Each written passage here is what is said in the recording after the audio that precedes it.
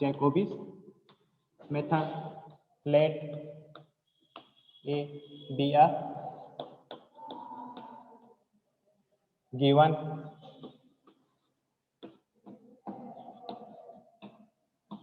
real symmetry matrix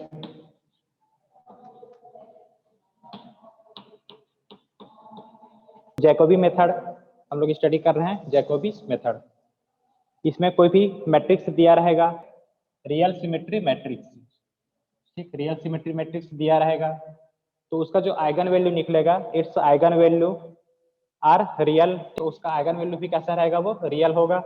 and there exist a real orthogonal matrix B, वहां पे कोई एक real orthogonal matrix B exist करेगा, such that B inverse A B is a diagonal matrix D, जहाँ पे B कोई भी real orthogonal matrix है, बी इनवर्स ए बी है, इसका जो प्रोडक्ट जो मिलेगा वो डायगोनल मैट्रिक्स रहेगा, उसको हम लोग क्या बोल रहे हैं, डी बोल रहे हैं। मतलब B inverse A B equal to D. और यही क्या है, जैकोबी मेथड का प्रोसीजर है। आगे जब हम लोग देखेंगे, क्वेश्चन सॉल्व करेंगे तो इस जो प्रॉपर्टीज है ये जो, ठीक है, इसको मैथमेटिकल फॉर्म हम लोग वहाँ पे यूज करेंगे। क्वेश्चन दिया हुआ है, using Jacobi's method find all the eigen value and eigen vectors of a matrix. Matrix दिया हुआ है, ए कोई मैट्रिक्स दिया हुआ है। पहले हमको क्या करना है, पहला स्टेप है इसका, लार्जेस्ट नॉन डायगोनल एलिमेंट हमको पता करना है, ठीक। Here largest non diagonal element is A I जे।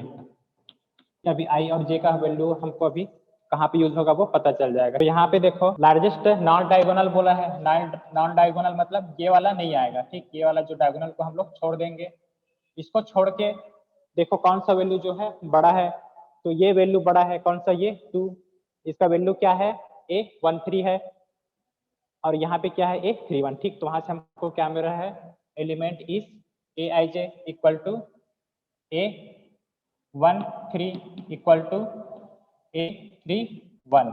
ये जो एलिमेंट नॉन डायगोनल एलिमेंट हमको पहले वहां पे लेना रहेगा, तो यहाँ पे कौन सा बड़ा है, ये 2 बड़ा है, ये किसका है, यहाँ पे A13 है और A31 है, ठीक। तो हम लोग क्या यूज किए थे, जो देखे थे real symmetry matrix, real symmetry matrix के केस में मतलब ये कंडीशन हमेशा सेटिस्फाई होगा ही।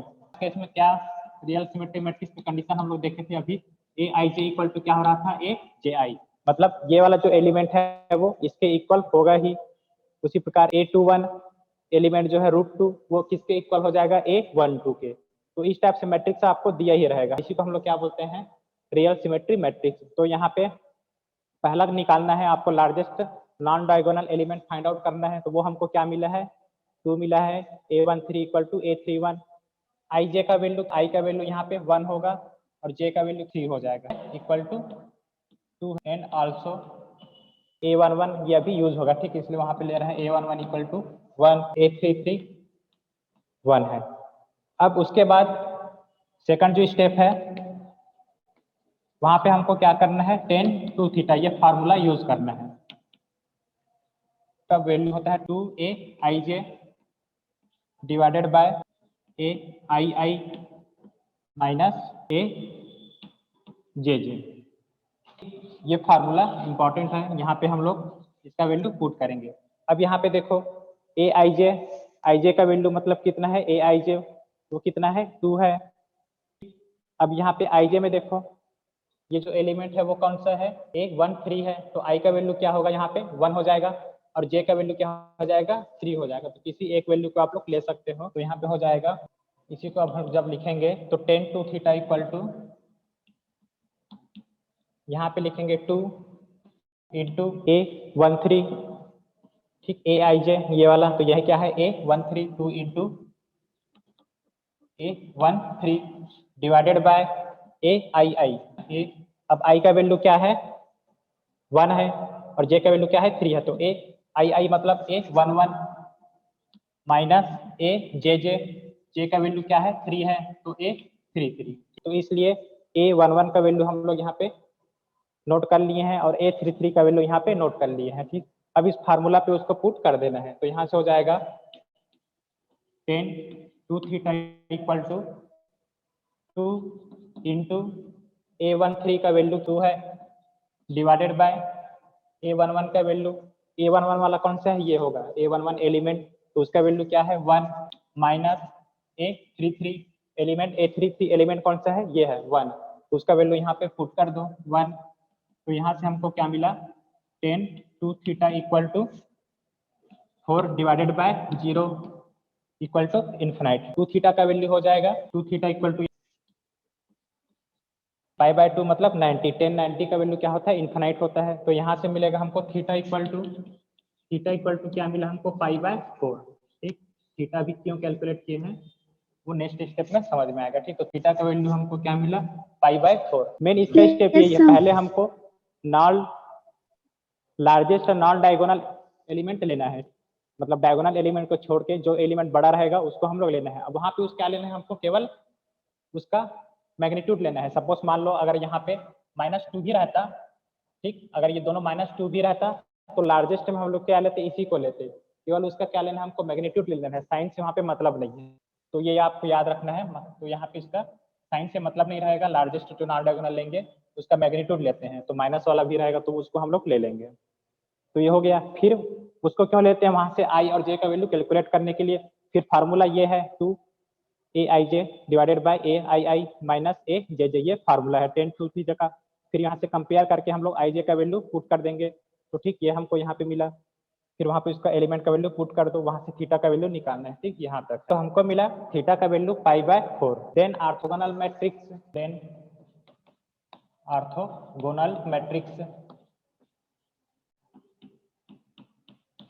बी, तो बी का वैल्यू यहाँ पे हो जाएगा बी, हम लोग अभी क्या ले रहे हैं फर्स्ट अप्रोक्सीमेशन है। ठीक, इसलिए क्या हो जाएगा वो B1 हो जाएगा। ऑर्थोगोनल मैट्रिक्स क्या होता है मैं पहले बताया हूँ। तो 10 2 थीटा वाले फार्मूला में रखे थे, वहां पे क्या मिला था हमको 2a13 divided by a11 minus a33। ठीक, तो जो हम लोग लेंगे अब ऑर्थोगोनल मैट्रिक्स लेंगे वो किस फॉर्म में रहेगा। ठीक, ये हमको मिला था 10 2 थीटा का 10 2 थीटा इक्वल टू ये हमको मिला था। तो ऑर्थोगोनल जो मैट्रिक्स लेंगे वो 3x3 मैट्रिक्स दिया हुआ है, तो ऑर्थोगोनल मैट्रिक्स भी क्या रहेगा 3x3 मैट्रिक्स रहेगा। ठीक, अब वो कैसा मैट्रिक्स रहेगा, तो यहाँ पे देखो एलिमेंट कहाँ कहाँ पे पुट करेंगे हम लोग, A13, तो हमको A13 एलिमेंट चाहिए रहेगा, मतलब A13, तो यहाँ पे हम लोग पुट करेंगे A13, और A11 चाहिए तो ये A11 हो गया, और यहाँ पे A12 रहेगा और A33, A33 मतलब ये वाला A33, और क्या रहेगा यहाँ पे आ जाएगा A31। तो ऐसे जो हमको सिलेक्ट उसका वैल्यू पुट करना है, जो वैल्यू यहाँ पे हमको मिलेगा A13 मिला। ठीक, इसका अपोजिट क्या हो जाएगा A31, A11 मिला, और क्या है एक A33। अब थीटा, तो ये पुट करने के लिए मैं बताया हूँ, वहां पे आप लोगों को डायरेक्ट उसका वैल्यू पुट करना है। ठीक, तो क्या पुट करोगे, जो लोगे आर्थो से यहाँ पे आ जाएगा कॉस थीटा, और ये जो है जहाँ पे कुछ नहीं है वो 0 होगा, और A13 यहाँ पे क्या आएगा माइनस साइन थीटा, यहाँ पे कुछ नहीं है 0 है, और डायगोनल के केस में जो जगह बच जाएगा मैट्रिक्स का, जो डायगोनल है जो बच रहा है वहां पे क्या लेना है 1 लेना है, तो ये 1 होगा, और यहाँ पे कुछ नहीं है 0। A13 यहाँ पे क्या लेंगे हम लोग साइन थीटा, और यहाँ पे क्या लेंगे कॉस थीटा। ऐसे उसका वैल्यू पुट करना है। ये जो हमको मिला है ये क्या है B1 मैट्रिक्स है, और वो कैसा है ऑर्थोगोनल मैट्रिक्स है, मतलब इसका अगर हम लोग ट्रांसपोज लेंगे तो हमको आइडेंटिटी मैट्रिक्स मिलेगा। तो इस फॉर्म में हमको पुट करना रहेगा cos theta minus sine theta cos theta. ठीक, ये आपको याद रखना है cos theta minus sine theta और साइन थीटा और कॉस थीटा, ये आपको पुट करना रहेगा मैट्रिक्स में। अब 3x3 में टोटल 9 एलिमेंट मिलेगा, तो कहाँ कहाँ पे पुट करोगे वो कैसे पता चलेगा, वो यहाँ से पता चलेगा। अगर यहाँ पे A22 रहता तो हम लोग A22 यहाँ पे पुट करते, ये वाला क्या हो जाता 1 हो जाता, तो ऐसे वहाँ पे रखना रहता है। ठीक, तो यहाँ से हो गया B1 क्या है ऑर्थोगोनल मैट्रिक्स है। अब वहाँ पे पुट कर दो थीटा का वैल्यू, तो B1 इक्वल टू हो जाएगा थीटा कितना मिला था हमको π/4 है ना, तो cos π/4 0 माइनस साइन π/4 0 1 0 साइन π/4 ये है 0 और ये cos π/4। इसका वैल्यू जब पुट करोगे cos π/4 1/√2 होता है, ठीक। cos π/4 मतलब cos 45 1/√2, तो ये क्या हो जाएगा 1/√2 0। साइन का भी क्या होता है 1/√2 होता है, यह है 0 1 0 1/√2 0 1/√2। ये किसका वैल्यू मिला हमको, b1 का वैल्यू मिला, ठीक। अब वहां पे हम लोग प्रॉपर्टीज क्या यूज किए थे, ऑर्थोगोनल मैट्रिक्स का इनवर्स उसके डायगोनल मैट्रिक्स के बराबर होता है, ठीक। तो ये क्या है b1 है। अब b1 है तो यहाँ पे देखो b1 क्या है, ऑर्थोगोनल मैट्रिक्स है, ठीक। तो इसका ट्रांसपोज b1 का ट्रांसपोज क्या मिलेगा हमको b1 प्राइम, ठीक। इसका ट्रांसपोज क्या हो जाएगा, ये जस्ट चेंज हो जाएगा, इक्वल टू वो क्या होता है उसके इनवर्स के बराबर होता है, मतलब ये b1 उसका इनवर्स, ठीक। तो ये प्रॉपर्टीज हम लोग यहाँ पे अब यूज करेंगे। b1 इनवर्स का वैल्यू क्या हो जाएगा, इसका ट्रांसपोज b1 इनवर्स होगा। देयरफॉर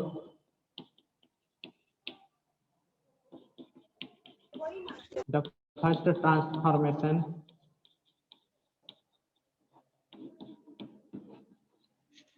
यहाँ तक एक पूरा स्टेप कंप्लीट है, फिर उसके बाद इसी को रिपीट करते जाना है। द फर्स्ट ट्रांसफॉर्मेशन गिव्स, इसको हम लोग क्या बोल रहे हैं d1 क्या है, वहां पे डायगोनल है, diagonal matrix d1 inverse a b। अब उसका वैल्यू पुट कर दो, क्या लिए हम लोग b1 लिए हैं, b1 इनवर्स a b1, ठीक। तो हो जाएगा d1 equal to b1 inverse मतलब जो मिला है b1 जो मैट्रिक्स मिला है इसका ट्रांसपोज उसके इनवर्स के बराबर होगा, तो इसका ट्रांसपोज क्या हो जाएगा b1 इनवर्स, तो वो हो जाएगा इसका वैल्यू 1/√2 0 1/√2 और ये हो जाएगा 0 1 0 माइनस 1/√2 0 1/√2, ठीक। d1 इक्वल टू क्या है b1 इनवर्स एक b1, d1 इक्वल टू है b1 इनवर्स ए b1। अब मैट्रिक्स ए जो दिया हुआ है उसका वैल्यू पुट कर दो, मैट्रिक्स ए का वैल्यू है 1√2 2 √2 3 √2 2 √2 1 और उसके बाद क्या है b1 है, तो b1 का वैल्यू क्या है, ये b1 का वैल्यू है, इसका वैल्यू पुट कर दो 1/√2 0 माइनस 1/√2 0 1 0 1/√2 0 1/√2, ये हो गया।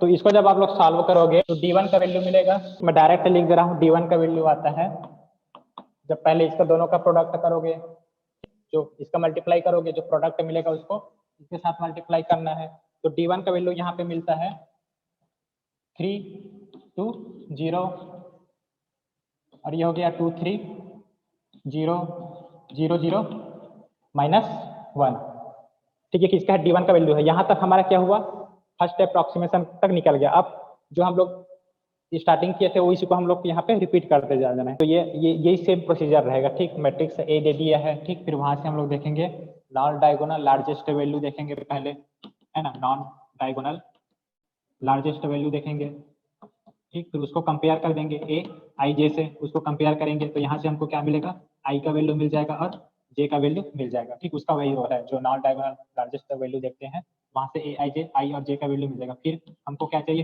थीटा चाहिए, तो हमारे पास फार्मूला है tan to theta equal to 2aij divided by ai minus aj, ठीक। ये फार्मूला में रख के यहाँ से हमको थीटा का वैल्यू मिल जाएगा, थीटा।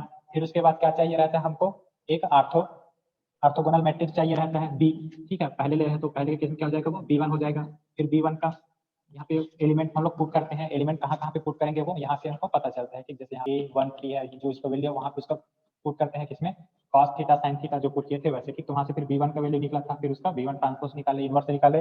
फिर हमको चाहिए था D1, D1 यहाँ पे क्या है, फर्स्ट ट्रांसफॉर्मेशन है D1, फार्मूला में पुट करके D1 वैल्यू यहाँ तक मिल गया, ठीक। अब इसी प्रोसीजर को क्या करना है, ये अभी D1 जो निकला है ये यहाँ तक हमारा एक अप्रोक्सीमेशन क्या हुआ, कंप्लीट हुआ। अब इसी प्रोसीजर को हमको रिपीट करते जाना है, और ये हमको कब तक करते जाना है, मतलब D1 निकाले, B1 इनवर्स A, B2, इसी प्रकार अब हम लोग D2 कैलकुलेट करेंगे।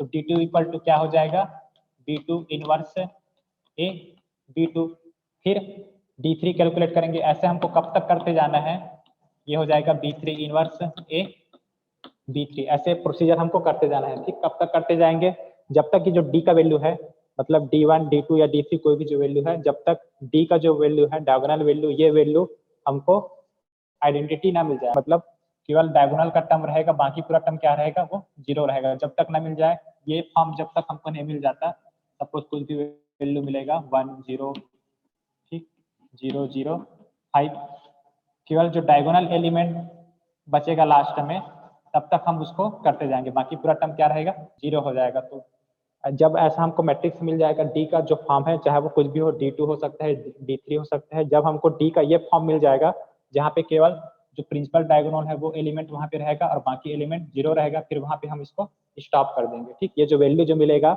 वो क्या होगा, उसका डायगोनल वैल्यू हो जाएगा, फिर इसके करस्पॉन्डिंग हम लोग उसका आइगन वेक्टर निकालेंगे, ठीक। तो ये प्रोसीजर हमको करना है। तो D1 का वैल्यू हमको ये मिला है, अभी भी इसका क्या है, डायगोनल के बाकी जो एलिमेंट क्या है वो नॉन इक्वल टू जीरो है, ठीक। तो फिर अब हम आगे इसका प्रोसीजर करेंगे। नाउ अब इसमें देखेंगे, अब ये क्या हो गया, एक मैट्रिक्स हो गया। अब प्रोसीजर को उसी को रिपीट करते जाना है। इसमें देखेंगे now the largest non diagonal element, now the largest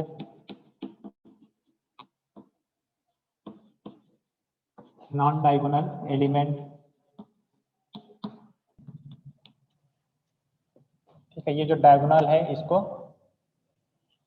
छोड़ दो, फिर बाकी में लार्जेस्ट कौन है, ये वाला है, मतलब ये क्या है, इस A12 इक्वल टू 2 है, ठीक। A12 इक्वल टू 2 है। आल्सो हमको इसका जरूरत पड़ेगा किसका, A12, मतलब यहाँ पे देखो I का वैल्यू क्या हुआ, AI से कंपेयर कर दो, इक्वल टू A12, तो यहाँ पे I इक्वल टू हो गया 1 और J इक्वल टू क्या हो गया 2, I और J का वैल्यू मिल गया। अब tan 2 थीटा का फार्मूला क्या है, AIJ है, मतलब A12 क्या हो गया 2 हो गया, और हमको क्या चाहिए AII, मतलब A11 चाहिए रहेगा। तो A11 का वैल्यू यहाँ से कितना है, ये है एलिमेंट A11, कौन सा है, ये वाला एलिमेंट है A11, तो A11 है 3, और क्या चाहिए रहेगा AJJ, मतलब A22, तो A22 का वैल्यू क्या है, वो 3 है, इक्वल टू 3, ठीक। अब यहाँ पे पुट कर दो, therefore tan 2 theta equal to AIJ के जगह में क्या आ जाएगा 1 2 divided by A11 minus A22 equal to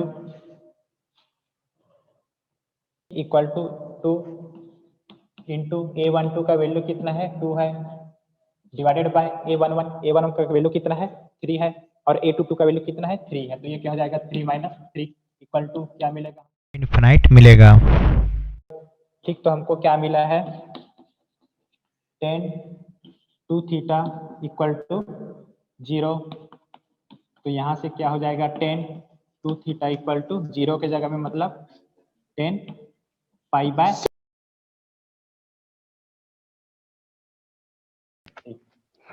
infinite, ठीक। तो tan 2 थीटा इक्वल टू क्या हो जाएगा tan pi by 4, pi by 2 होगा, ठीक। tan पाई बाय 2 का वैल्यू क्या होता है, इन्फिनाइट होता है। तो यहाँ से क्या मिला हमको 2 theta equal to pi by 2, तो थीटा का वैल्यू क्या हो जाएगा पाई बाय 4।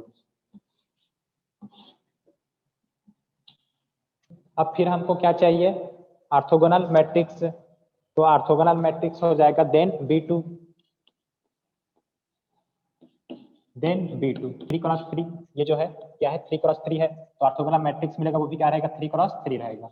अब यहाँ पे देखो हमको किस फॉर्म में पुट करना है, इस फॉर्म में पुट करना है cos theta minus sine theta और ये साइन थीटा और ये cos थीटा।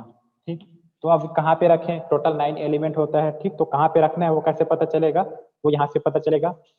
A12 वाला जगह A12 पे हम लोग पुट करेंगे, A12 मतलब यहाँ पे आ गया। ठीक, ये हो गया A11। ठीक, और क्या है A12 वाला टर्म आएगा, तो A12 की जगह हम क्या लिखेंगे minus sine theta, minus sine theta, और ये वाला टर्म है ही नहीं, वो क्या हो जाएगा 0। फिर A22 भी यूज होगा, मतलब ये वाला यूज होगा, तो यहाँ पे क्या आएगा cos थीटा और ये क्या है साइन थीटा, और ये हो जाएगा 0, ये पूरा 0 हो जाएगा। और डायगोनल वाले में जो बचता है वहां पे हम लोग क्या लिखते हैं 1 लिखते हैं, तो यहाँ पे क्या लिखेंगे 1। तो ये यहाँ पे ध्यान देना रहता है, जो हम लोग लेंगे B1 B2 का वैल्यू वो इस टाइप से लेंगे। एलिमेंट को कहाँ कहाँ पे पुट करेंगे तो वो हमको यहाँ से पता चलता है। जो जो एलिमेंट यहाँ पे यूज हुआ है वहाँ पे उसका वैल्यू हम लोग उस प्लेस पे हम लोग कॉस और साइन का वैल्यू हम लोग पुट करते हैं। ठीक, तो यहाँ पे ध्यान रखना रहता है, यहीं पे मिस्टेक होता है। तो ये हमको मिला, इसका वैल्यू मिल गया, B2 का वैल्यू मिल गया। अब यहाँ पे पुट कर दो थीटा का वैल्यू, तो कॉस कॉस हो जाएगा π/4 माइनस साइन π/4 0 साइन π/4 cos π/4 और ये 0 0 0 1। ठीक, जब उसका वैल्यू पुट करोगे तो B2 मिलेगा। B2 इक्वल टू हो जाएगा, जब यहाँ पे π/4 cos π/4 का वैल्यू क्या होता है 1/√2 माइनस 1/√2 0, ये हो जाएगा 1/√2 1/√2 0, और ये क्या है 0 0 1। किसका वैल्यू मिला हमको B2 का वैल्यू मिला है। ठीक, इसलिए therefore the second transformation gives. ठीक, अब ये क्या हो गया B2 का वैल्यू हो गया, तो हमको क्या चाहिए रहता है B2 इनवर्स चाहिए। ठीक, तो B2 इनवर्स क्या हो जाएगा, यहाँ पे B2 इनवर्स होगा, इसका हम लोग क्या लेंगे ट्रांसपोज लेंगे, वो इसके इक्वल होता है, इक्वल टू क्या होता है B2 का ट्रांसपोज। तो B2 इनवर्स यहाँ पे होगा 1/√2 माइनस 1/√2 और ये 0 1/√2 1/√2 0 0 0 1। ये क्या है इसका ट्रांसपोज है, और वही उसी के इनवर्स के इक्वल होता है ऑर्थोगोनल मैट्रिक्स के केस में, और B क्या है ऑर्थोगोनल मैट्रिक्स है। ठीक, तो ये हमको मिल गया उसका इनवर्स। अब हमको क्या चाहिए second transformation, therefore the second transformation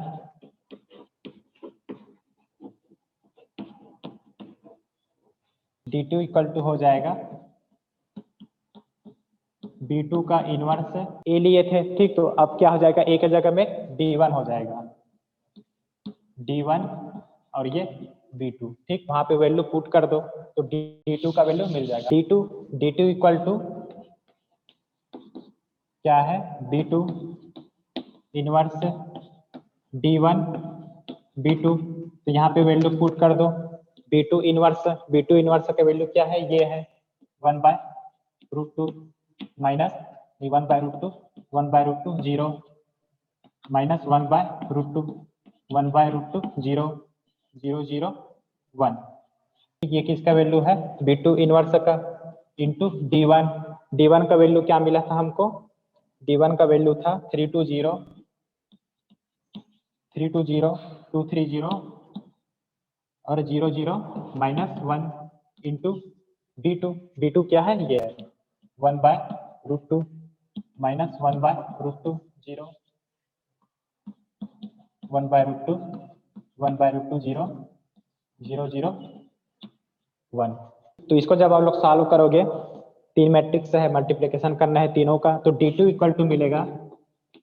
ठीक है, आप लोग उसको सॉल्व करना, मैं डायरेक्ट लिख रहा हूँ। D2 इक्वल टू यहाँ पे मिलेगा 500 ये हो जाएगा 500 0 1 0 और 0 0 -1। ठीक, तो हमको कैसा फॉर्म मिल गया? केवल प्रिंसिपल डायगोनल वाला एलिमेंट है, बाकी पूरा टर्म क्या है?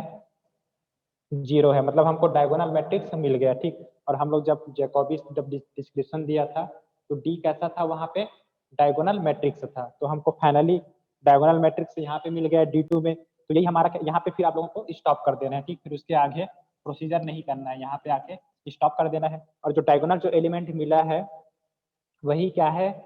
उसका जो लैम्डा, लैम्डा बोलता हूँ, हाँ, आइगन वैल्यू उसका वैल्यू है। यहाँ से 5 1 -1 क्या हो जाएगा? उसका आइगन वैल्यू हो जाएगा। ठीक, इस टाइप से आपको बनाना रहता है। अगर अपना D2 भी मान लो यहाँ भी कुछ टर्म मिलता, नॉन डायगोनल एलिमेंट मिलता, मैट्रिक्स मिलता, तो फिर आगे हम लोग क्या D3 कैलकुलेट करते, लेकिन यहाँ पे हमको डायगोनल मैट्रिक्स मिल गया तो यहाँ पे हम लोग इसको स्टॉप कर देंगे। ठीक, तो यहाँ तक बनाना है।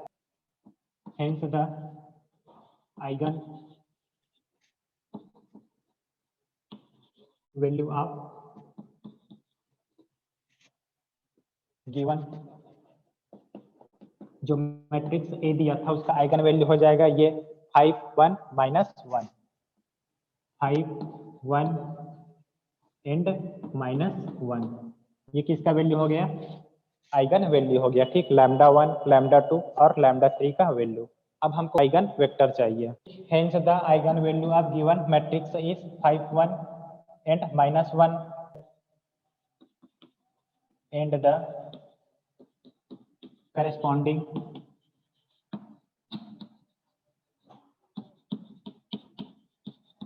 eigenvectors are the column of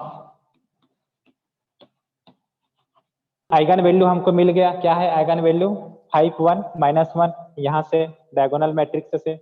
अब हमको क्या चाहिए? आइगन वेक्टर चाहिए। ठीक, तो आइगन वेक्टर जो है वो कॉलम ऑफ किसका होगा? B equal to B1 B2। दो जो हम लोग लिए थे ऑर्थोगोनल मैट्रिक्स वैल्यू निकाले थे, B1 निकाले थे, फिर बाद में B2 कैलकुलेट किए थे। तो वो B equal to B1 B2 दोनों का क्या करेंगे? दो मैट्रिक्स का मल्टीप्लिकेशन करेंगे, तो जो मैट्रिक्स मिलेगा B उसका कॉलम जो मिलेगा उसका आइगन वेक्टर होगा। ठीक, तो इसको कैसे? अगर मान लो B3 निकालते, ठीक, यहाँ पे हम लोग केवल B1 B2 कैलकुलेट किए, अगर B3 तक कैलकुलेट करते तो इंटू B3 होता, अगर B4 तक कैलकुलेट करते तो इंटू क्या होता? वो B4 होता। जितना वैल्यू मिलेगा उसको पूरा क्या करना है? मल्टीप्लाई करना है। ठीक, तो यहाँ पे हमको केवल B1 B2 मिला है, तो B1 B2 का जो प्रोडक्ट होगा वो B के इक्विवेलेंट होगा। अब मैट्रिक्स B मिलेगा, उसका जो कॉलम है, मतलब मैट्रिक्स B का कॉलम ही क्या रहेगा? उसका आइगन वेक्टर होगा। ठीक, तो इसको B का वैल्यू यहाँ से हो जाएगा, B1 और B2 का वैल्यू पुट कर दो, तो ये हो जाएगा B इक्वल टू B1 का वैल्यू था, B1 का वैल्यू हमको ये मिला था 1/√2 0, ये था -1/√2 0 1 0 1/√2 0 1/√2। ये किसका वैल्यू था? B1 का वैल्यू। और B2 का वैल्यू क्या मिला था? 1/√2 -1/√2 0 1/√2 1/√2 0 0 0 1। ये किसका वैल्यू था? B2 का वैल्यू था। ठीक, दोनों का क्या करना है? मल्टीप्लिकेशन करना है, तो वो B इक्वल टू हो जाएगा, यहाँ से मिलेगा जब मल्टीप्लाई करोगे तो 1/√2 -1/√2 -1/√2 1/√2, ये भी है 1/√2 0 1/√2 1/2 है, ये 1/2, ये भी 1/2 है ना, 1/2 -1/√2 √2। ठीक, तो ये जो मैट्रिक्स मिला है B, ये किसका वैल्यू है? ये B का वैल्यू है। तो eigen vectors are column of B। तो जो B है मैट्रिक्स B, इसका कॉलम मतलब ये कॉलम उसका आइगन वेक्टर होगा। ठीक, ये जो कॉलम पहला है वो लैम्डा 1 के करस्पॉन्डिंग आइगन वेक्टर होगा, और ये जो कॉलम सेकंड है वो लैम्डा 2 के करस्पॉन्डिंग आइगन वेक्टर होगा, और जो कॉलम 3 है वो लैम्डा 3 के करस्पॉन्डिंग आइगन वेक्टर होगा। मतलब जो आइगन वैल्यू 5 मिला है उसके लिए आइगन वेक्टर क्या है, ये पूरा है। 5 के लिए आइगन वेक्टर ये वाला कॉलम है। 1 के लिए आइगन वेक्टर 1 के लिए आइगन वेक्टर 1 के लिए आइगन वेक्टर ये है, और -1 के लिए आइगन वेक्टर क्या है, ये है। ठीक, तो यहाँ तक हमारा क्वेश्चन सॉल्व हो गया। हमको आइगन वैल्यू भी मिल गया और आइगन वेक्टर भी मिल गया। तो हमको क्या मिला, आइगन वैल्यू जो था 5 के लिए आइगन वेक्टर क्या मिला है, ये मिला है 1/2 1/√2 और 1/2। ठीक, और 1 के लिए क्या मिला है, -1/√2 1/√2 -1/√2, और 1 के लिए -1 के लिए क्या मिला है, -1/√2 0 1/√2। ठीक, तो ये हो गया हमारा क्वेश्चन सॉल्व। यहाँ तक बनाना है आइगन वैल्यू 5 -1 और -1, उसके करस्पॉन्डिंग आइगन वेक्टर ये है। ठीक।